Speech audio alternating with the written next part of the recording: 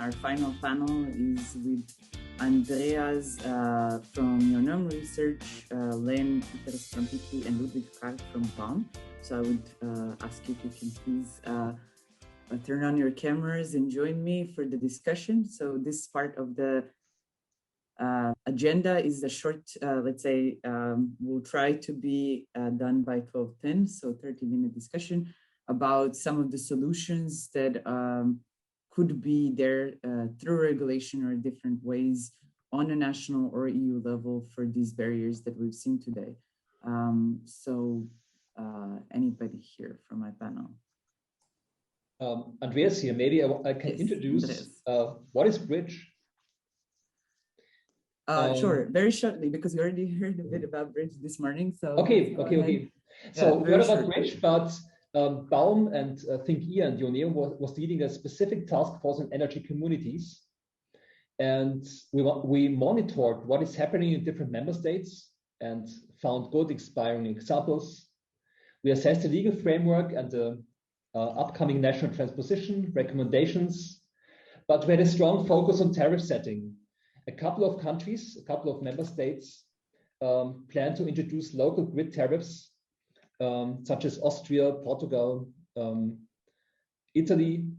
And we wanted to understand, is it the right way? Would other consumers, non-participating consumers, pay more? Is it the right way to support energy community? Do we mix up regulation and policy? Or maybe do other countries that have other kind of subsidies do better? So this is already entering this discussion about solutions.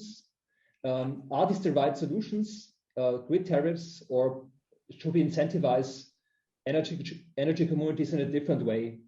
That's actually, that is one of my questions, because I think one of the things that we've heard today from some of the speakers, we heard, okay, we need some sort of financial benefit. Some others said, okay, we need to organize a community. So we know that people join into energy community actions for building a community, but also for environmental reasons. But we also know that one of the main reasons is financial. So do you think, as you say, okay, within Bridge, you have reviewed what different countries do. Do you think that this is one of the solutions? So different electricity tariffs for energy communities, or other, let's say, benefits for members of energy communities in comparison to people that are not in the energy community?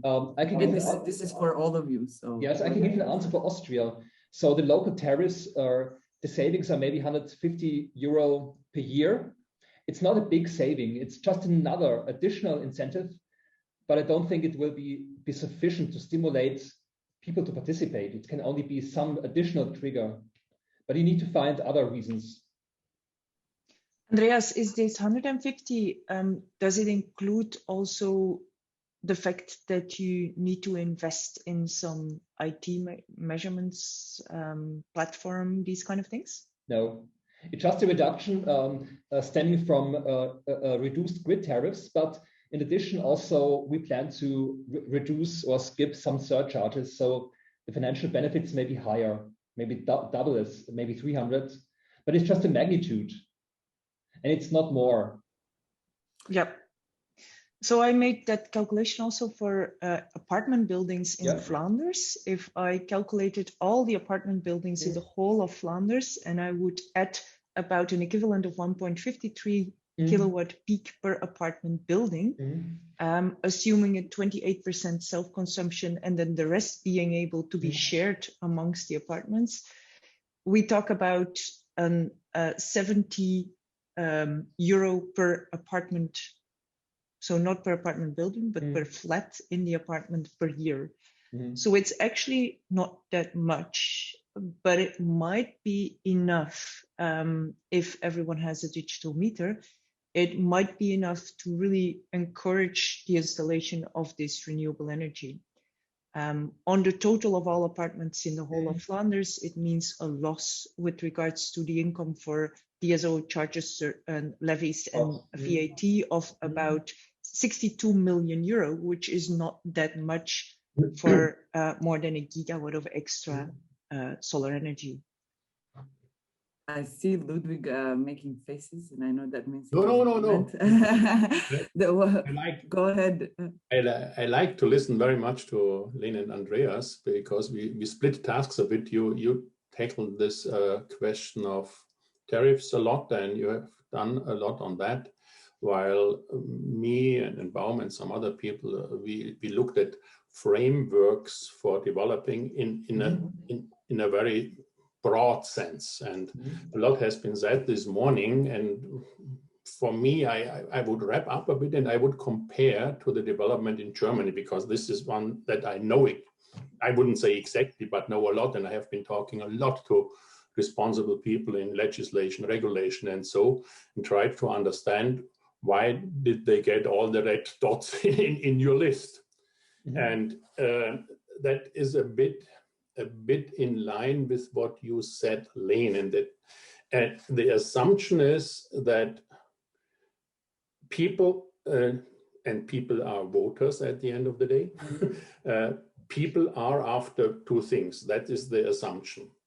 Number one is saving money or earning money. This is wrong. Not everybody is after saving or earning money. Many people have other needs. And even most people have other needs. And we try to understand that in our consortium partners, Mannheim and so on.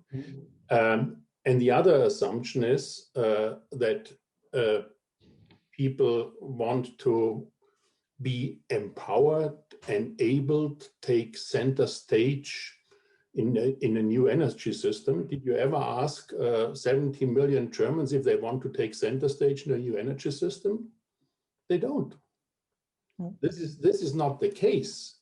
And then is the regulator has a governmental task, and the governmental task is to make sure that the need of the population of Germany in that case is met. So if I'm right, they are not after taking center stage. They are not after making money. They are after getting the power from the two holes in the wall. That's it. And now you ask, why don't they create a new regulation where everything is stable? It's not even expensive. So the power costs of the average German household is less than in most cases, less than 1% of the income. So it's not even expensive. So why should we change this system? And that is a situation that the government and the regulator has also to take into account. I'm not saying that I agree with all that, but I try to understand it. Yeah.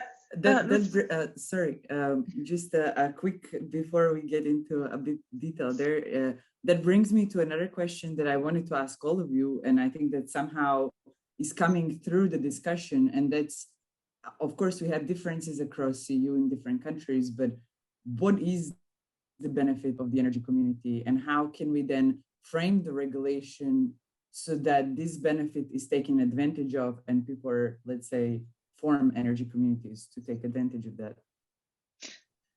If I may, I think it's a very important question. What is the benefit of an energy community? I think in the clean energy package, the idea was give power to the people and ensure there is more renewable energy, of course, installed, more energy efficiency, and doing that in a social inclusive manner. And we see that when interviewing the different energy regulators, they all fill it in kind of differently. Italy clearly sees energy communities as a way to increase the amount of renewable energy.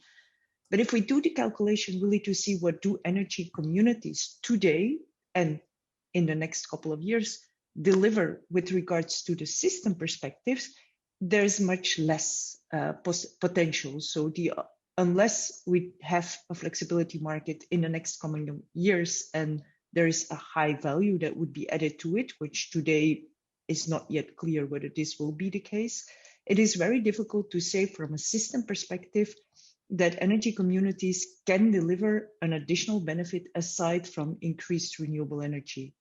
The self-consumption, for example, that is clearly pushed in the clean energy package is actually conflicting with the future need of the system being flexibility. So At this stage, I would say the main benefit is making sure that those people who are interested can indeed take that position of I own or I co-own, or at least I have a say in my energy. And the amount of renewable energy. And coming back to what Ludwig said, we saw in research here that 50% of the people actually are triggered by a business case that doesn't even have to be very profitable, but at least not worse than what they have today. Yeah. Isn't increasing the percentage of renewables is enough? I mean, isn't that enough of an incentive? I see the comment also from Alfred in the chat that it's the climate is the main reason why we're changing. So should that be enough of a push? And I agree with you that I think it depends from country to country. Maybe in Germany, the financing is not something that will push people, but I am pretty sure in some other countries, this is something that will get people maybe interested, because otherwise they don't form communities. Well, for some people it is, for some people it's a trigger, for others it's not. We have a very big diversity of people, and we won't reach them all with the same message. And I do agree that climate for some, especially, you know, with all the climate demonstrations we had in the pre-corona time, this trigger a lot of people to join and to raise their voice, but it doesn't by definition mean that they represent the majority of the people. And that, I think, is a distinction we need to make. In order to reach out to as many people as possible, we have to make sure that we package the thing as diverse as possible, so it's seductive for as many as possible. Can I comment? And I think, Leen, we are coming to the same conclusion here. We have to take a more systemic approach and a more diverse approach. Please get me right, I'm taking the provocative role here, but it doesn't help if everybody says that it's great and we like it. And we have to put the power to the people when there are other people that want to keep the power, for example, and they have good reasons as well. But if you don't mind, I just only show you one picture. Is that okay? Yes, that's okay. Go ahead. One picture, 1,000 words, right? Okay, actually it's two pictures then. What we do a lot in Germany, and this is a German view, but it holds true in many Alpine countries. For example, we do a project that is called Alpine Grids, where we connect the energy community discussion to the microgrid and the district discussion and so on. And we always come across the point where we find that people trust a lot. They trust a lot their power supplier, especially when it's a local supplier, municipal supplier. And in Germany and many others, we still have, in Germany, we have 1,000 utilities, mostly municipal utilities. And Andreas has explained that they have created their own in Bad Hindelang. They have it and they like it since 100 years. And this is fine. So they trust a lot the utility. And now come we and say, we replace this system that is working and that people like, some even adore it, and we replace it with energy communities. So people are reluctant and the regulator wants to protect them. So now what we say is we have to take into account the role of the existing, the incumbent players in the market, otherwise we will lose. So, and the picture that I wanted to show to you is this one, and I think, Leen, you would agree that it has to be something like that. This is the Fever project in connection with some others. We are building 3 energy communities in 2 cities, 2 energy communities. In one, this is 100 kilometers apart. But we are not only looking at the energy communities as such, we are also looking at local marketplaces, for example, that connect the energy communities.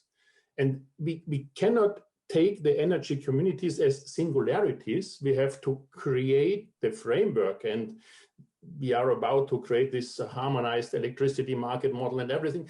We have to take all that into account. The energy communities are not a singularity in the discussion. They are part of the system. Someone has said it before.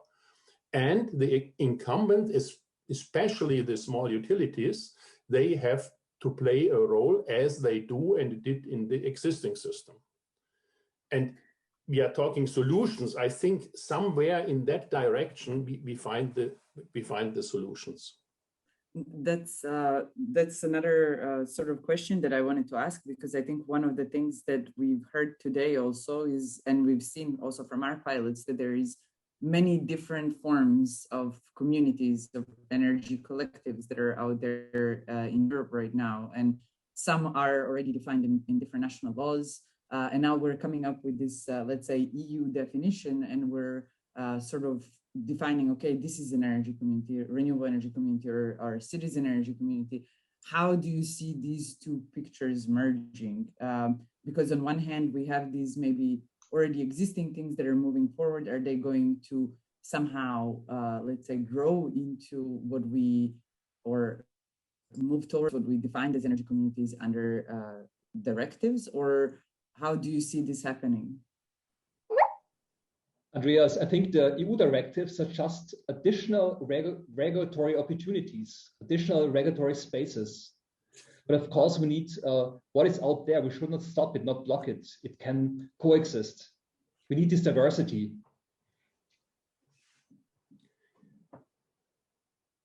Anybody else? Maybe also saying Go ahead. I'm not saying that we are wrong, but we limit ourselves a bit by thinking that the frameworks, the legislative and the regulatory frameworks are done in Brussels. We know that this is not true. It has to be transposed to national law, and then it's even not in Germany. It's not done in Berlin. But there's a lot of regulatory frameworks on a municipal level, for example, and we shouldn't ignore that. And I could name you dozens of examples where sort of collective cooperative approaches happen in German municipalities and in Austrian municipalities and in French municipalities, where the municipalities with spatial planning, with urban development contracts and so on, they play a key role in developing such cooperative approaches. And we shouldn't ignore that. So I have a pledge like, let's discuss that on a municipal level as well, and not only on the Berlin and Brussels level. And I think Andreas Clare can support that. We are discussing with your mayor in Bad Hindelang. And if the mayor in Bad Hindelang doesn't like what we want to do, I mean, you don't have a chance, I don't have a chance. I think that depends on how you're organized, because here in Flanders, municipal level has nothing to say on this matter. But that's the way it's organized. Even a provincial level hasn't anything to say. But Flanders is so small that we can't claim that we should have the same structures than the other member states. It's what Josh mentions in the chat window is also important.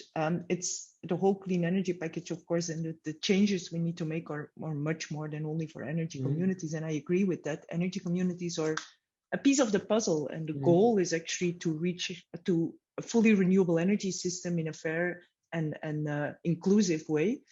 And there's a lot needed to do that. And the directive is a step towards that, and the transpositions are sometimes, rather strict and a simple translation of, and sometimes they're more ambitious. But there will be more changes needed in order to really get to a more 100% renewable system in that way.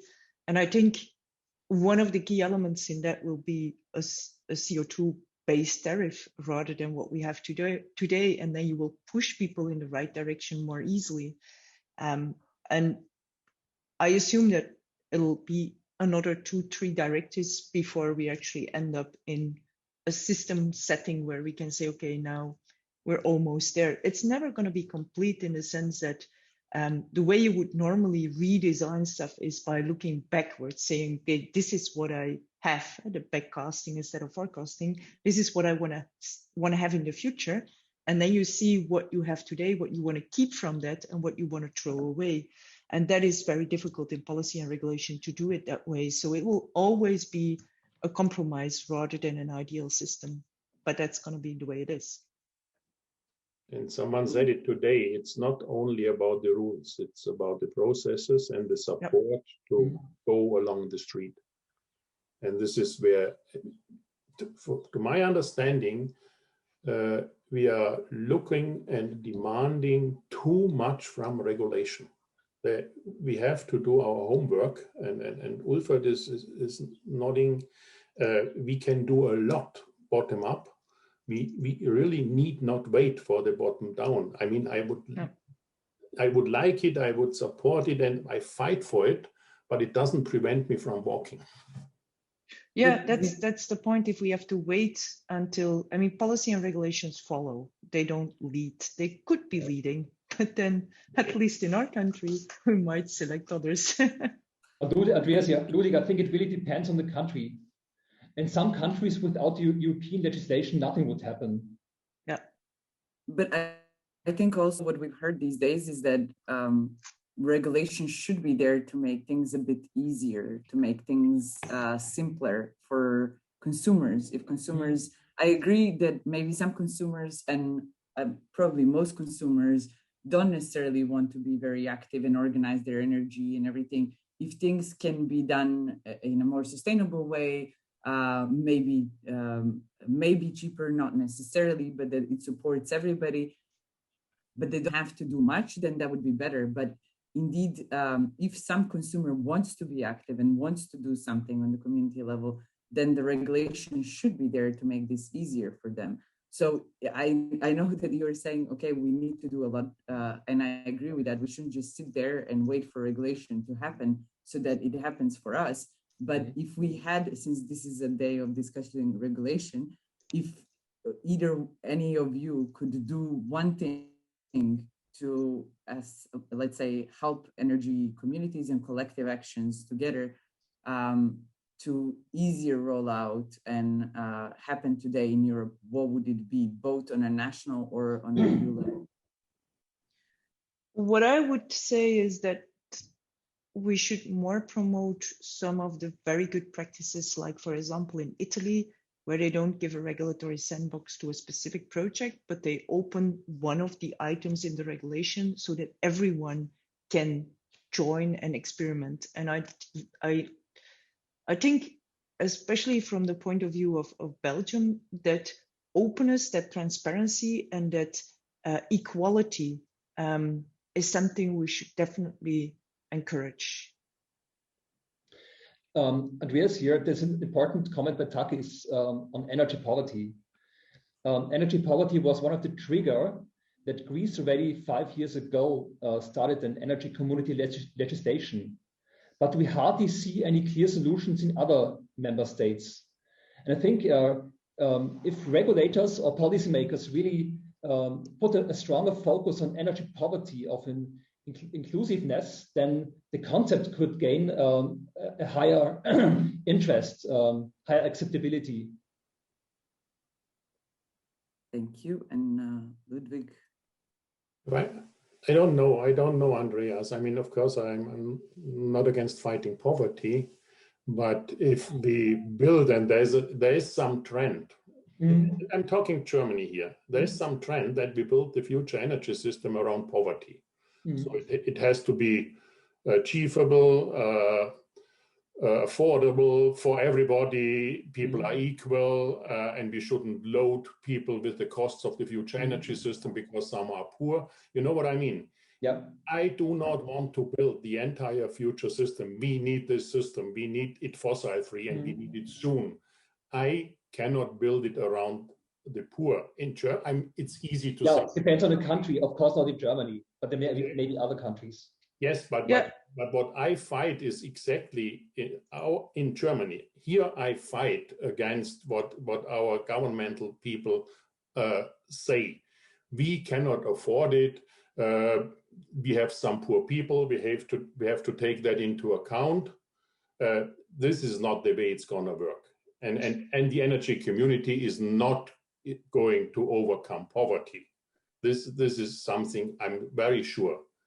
I agree with Ludwig in the sense that you can't build it to be inclusive for everyone, which does not mean that you cannot build a system with additional measures for some specific groups. And I think Johan with Enbro is also working on that, making sure that there are specific groups for which you take care, for which you unburden them, and make sure that they have access to a lower tariff, things like that.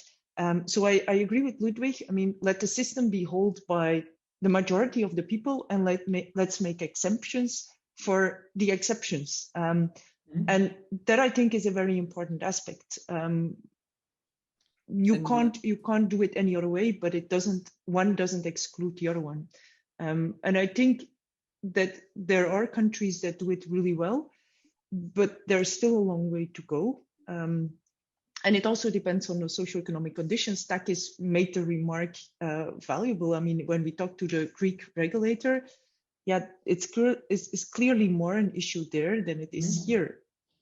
But even in Luxembourg, I was surprised by the numbers. So it's something we need to take into account. But I agree with Ulfert on that. With Ludwig on that.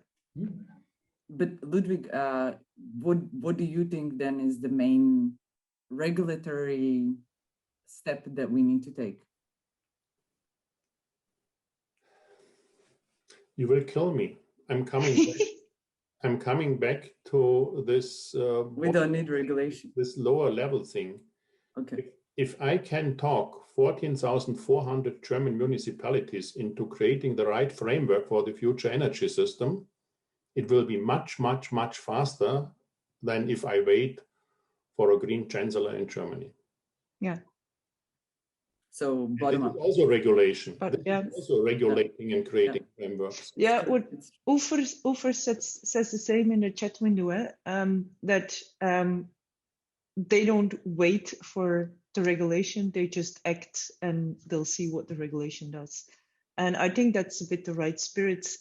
If you see the quality of a lot of our policymakers, the depth of understanding that they have with regards to the energy market and the energy system, I would say let's do it bottom up, because if not, it's gonna have to wait a long time, which does not mean we cannot push on the other side as well. Because I mean, if you have a valid, clear message that is underpinned with scientific data, you can make a difference. And I think we should take up that responsibility as well. But I do like the approach that, for example, also Ulfert took, and we took with the first Belgian neighborhood battery. Just do it. Force them to get there. To start the wrap up, because Agata has reminded me that we only have 5 minutes, I just wanted to mention, and also I'm gonna wrap this up together with you. So if you have any comments, you can add to that.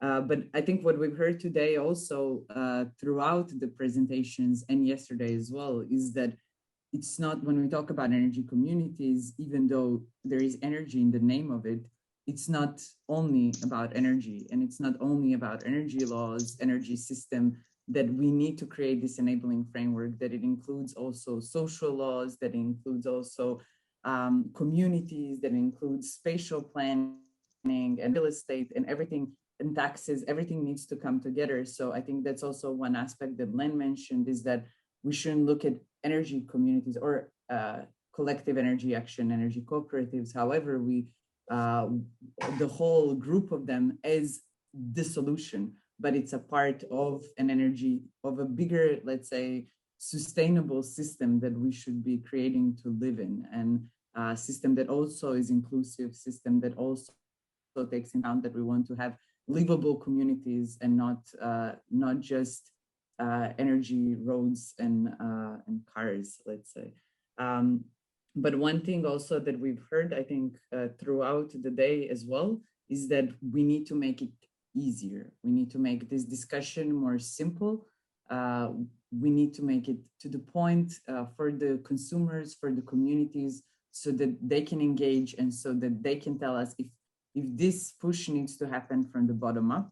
People need to understand what it means, what is expected of them, because otherwise, bottom up, we're just going to have a lot of different, let's say, pushes that are coming maybe from the confusion or from misunderstanding of what can be done within the energy community or energy collective action, what can be done within the scope of energy, and then blaming, let's say, a DSO or a regulator who might just be doing their job. They might not just, they might not be trying to create a barrier, but the people might not understand completely what their position in the whole system is. So I'm gonna wrap up with that. I think we've heard a lot today. I'm pretty sure I'm not covering all the points that we had today, but I did have one thing to ask everybody, and that's if whoever feels like it can turn on their cameras so that we can have a group picture of today, if that's possible. And maybe Agata, you can take the pictures. I'm not really sure how to see everybody well. Oh, Jesus. All these people listen to my nonsense. Oh, Also to my nonsense. Don't worry, Ludwig. Sorry. It will never be the same again. Okay, well, thank you, everybody. Thank you for your time today.